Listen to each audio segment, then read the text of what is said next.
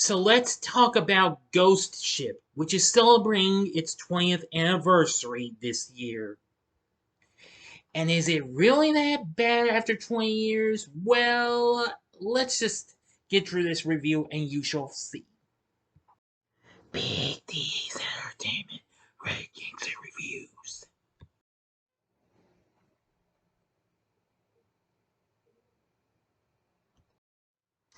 So, greetings, my fellow YouTubers, and welcome to Big D's Entertainment Rankings and Reviews. My name is Gabriel Byrne, known to you as the Big D, and this time around, I bring to you a review of the 2002 supernatural horror flick Ghost Ship, released by Warner Brothers, produced along with Village Roadshow and NPV Entertainment, along with Dark Castle Entertainment. This being their third film after the remakes of House on Haunted Hill and 13 Ghosts. The film was released on this day, October 25th, in 2002. Thus, this is the film's 20th anniversary. The film was directed by Steve Beck, produced by Joel Silver, Robert Zemeckis, and Gilbert Adler. The film does star an all-star cast that includes Gabriel Byrne, Julianna Margulies, Ron Eldard, Desmond Harrington, Isaiah Washington, and Karl Urban. Now, the film follows a marine salvage crew in the Bering Sea who discover a mysterious ocean liner that disappeared in 1962. Now, this is not to be confused with the 1952 film of the same name, because there was a film called Ghost Ship from 1952. But it's not. But unlike House on Haunted Hill and 13 Ghosts, this isn't actually factually related, though. And the film was kind of dissed by critics, but it still was a modest box office success. So let's get started with the story. In 1962, aboard the Italian ocean liner MS Antonia Grazia, passengers dance to the song Senza Fine, sung by Francesca. A young girl, Katie, sits alone until the ship's captain offers to dance with her. A hand lifts a lever that ties a wire cord. The wire snaps and whips across the dance floor, bisecting the passengers and crew. Katie is spared. Excuse me, I misread that. Yeah, she was spared as the captain pushes her down out of the wire's path, though he is killed. 4 years later, a salvage crew, Captain Sean Murphy, Marine Epps, Greer, Dodge, Munder, and Santos, are approached by Jack Ferriman, a weather service pilot who spotted a vessel adrift in the Bering Sea. It can be claimed by whoever brings it to port. The crew sets out on their salvage tug, the Arctic Warrior. The ship is the Antonio Grazia, missing since 1962. Boarding the abandoned liner, the salvagers discover 9 boxes, each containing 28 100-ounce gold bars. After a series of supernatural events, the group decides to leave with the gold, but an invisible force sabotages the Arctic Warrior with a propane gas leak. The tugboat explodes, killing Santos. With no other option, the group begins repairing the Grazia. Greer encounters the apparition of Francesca, who seduces him into cheating on his fiancée, then leads him to fall down an elevator shaft, killing him.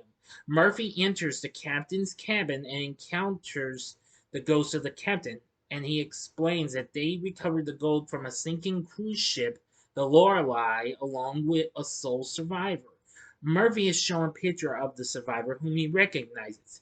He rushes to tell the others, but hallucinates and sees everyone as the ghost of the burned Santos, who provokes him into a murderous rage. The others think Murphy has gone mad and lock him in a drained fish tank.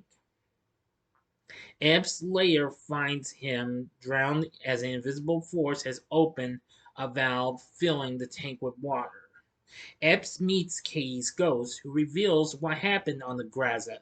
The sole survivor of the Lorelei convinced many of the Grazia's crew to murder their passengers, as well as the captain and officers, for the gold.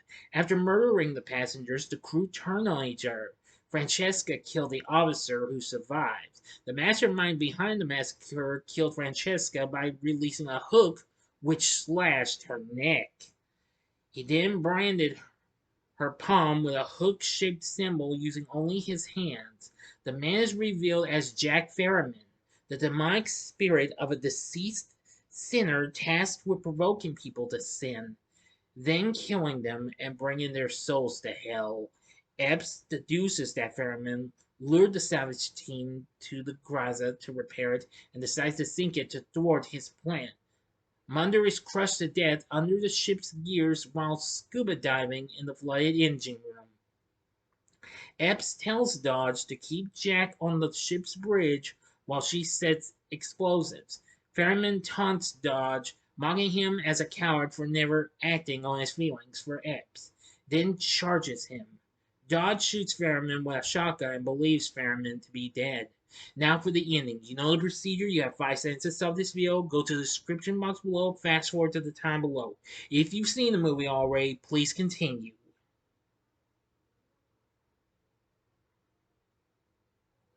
Okay, you've been warned. Epps is setting explosives when she is confronted by Dodge. He tells her he killed Ferriman and that they can salvage the gold to start a life together. But Epps asks why Dodge has not asked her where Munder is. Dodge morphs into Ferriman, who killed Dodge. Ferriman plans to use the Graza as a trap to continue collecting souls. As long as the Graza is kept afloat, the souls of everyone who died aboard the ship will be dragged down when Ferriman fills his quota and returns to hell. He offers to spare Epps' life in exchange for her not interfering, but she refuses. After a brief fight, Epps detonates the explosives. Ferriman is blown to pieces in the explosion while Katie helps Epps escape the sinking ship. Katie and the other trapped souls are freed and ascend to heaven. Epps is found by a cruise ship and returned to land. As she is loaded into an ambulance, she sees the crates of gold being loaded onto the cruise ship by people who resemble her fellow Arctic warrior crew, overseen by a resurrected Ferriman who glares at her and carries on, and she screams as the ambulance doors close, and then the movie fades out. End of story. So, what did I think of Ghost Ship? Well, I will say it is pretty much an underrated horror film and what have you. Now, the film again did okay. It went on to make 68 million worldwide. And it had not too bad score from John Frizzell.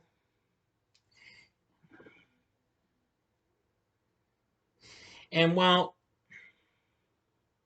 Sins of Fine was in the film, but it was not included on the soundtrack though, nor was the song Not Falling by the heavy metal band Mudvayne, which you hear at the closing credits.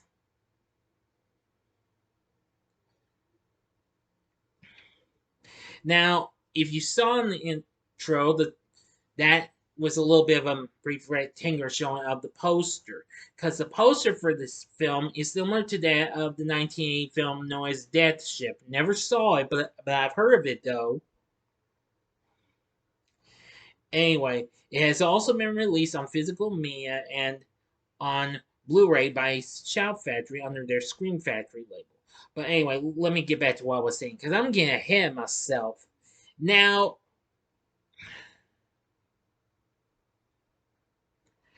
I will say that it is pretty shocking in some spots and what have you. I mean, I feel like this is a so bad it's good movie and what have you in ways. But I consider that this is kind of a mixed bag though. Now we do get to see some kills, but we don't see how they turn out until later on, unfortunately. That is kind of a big issue and what have you. But I should say, I've only seen this a few times. Unlike how much I've seen 13 Ghosts and House on High Hill, because both of those were easily guilty pleasures. Ghost Ship, well, no, not factually. And what's more is, I kind of didn't feel too well. Them making their little intro make it look like I don't know what like some old 50s or 60s movie or something like that. Which I thought that was kind of odd. Anyway, nevertheless, I do like the perform. I do think the cast performances was really good though.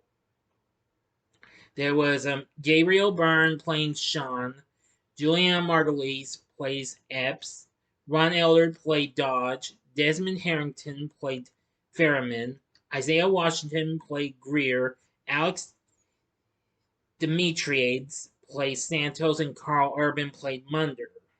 I think they were pretty good. Emily Browning played Katie. She was very good. And Francesca was played by, well, Francesca Retondini.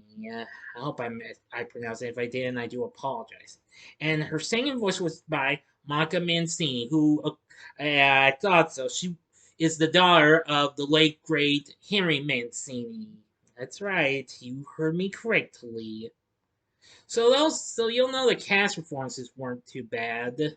Yeah, good cast. So anyway, the story's kind of a mixed bag, but I do like how it turned out to be and what have you. I mean, it did its extreme best. The kill I thought could have been just better if we had seen how it happened in action, what have you, but we don't get to see how they turn out to later on and what have you. But anyway, Ghost Ship, I still feel is underrated. So would I recommend it? Well, I think just to be on the safe side, give it a one-time watch for your own sake, in my opinion. And if you like it, give it. Then I'd say go for it. But if you aren't too thrilled with this, then just avoid watching it again. So anyway, yeah, Ghost Ship, it's not completely bad, completely. It's an okay, it's somewhere between okay, and okay good and what have you. In other words, again, it's a so bad it's good film.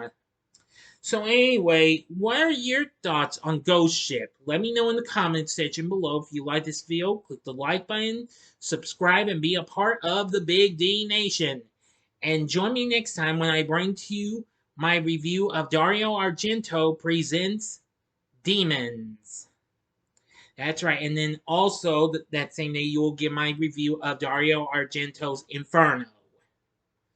So thank you for watching, and if you like this, check out these other vids. And these are other Dark Castle Entertainment films I've done. In the upper left-hand corner is my review of House on Haunted Hill, which I also did as a back-to-back review with the original classic from the 1950s with Vincent Price. The upper right-hand corner is my review of 13 Ghosts from 2001, which also got released from Scream Factory on Blu-ray. Or go to the bottom left-hand corner and see my review of a later film of theirs, and that would be Orphan from 2009. And the bottom right-hand corner is the button you can click to subscribe. If you like rankings and reviews on movies, TV, music, video games, etc., then I'm your guy. Thank you for watching. Until next time, I'm the Big D saying, see ya.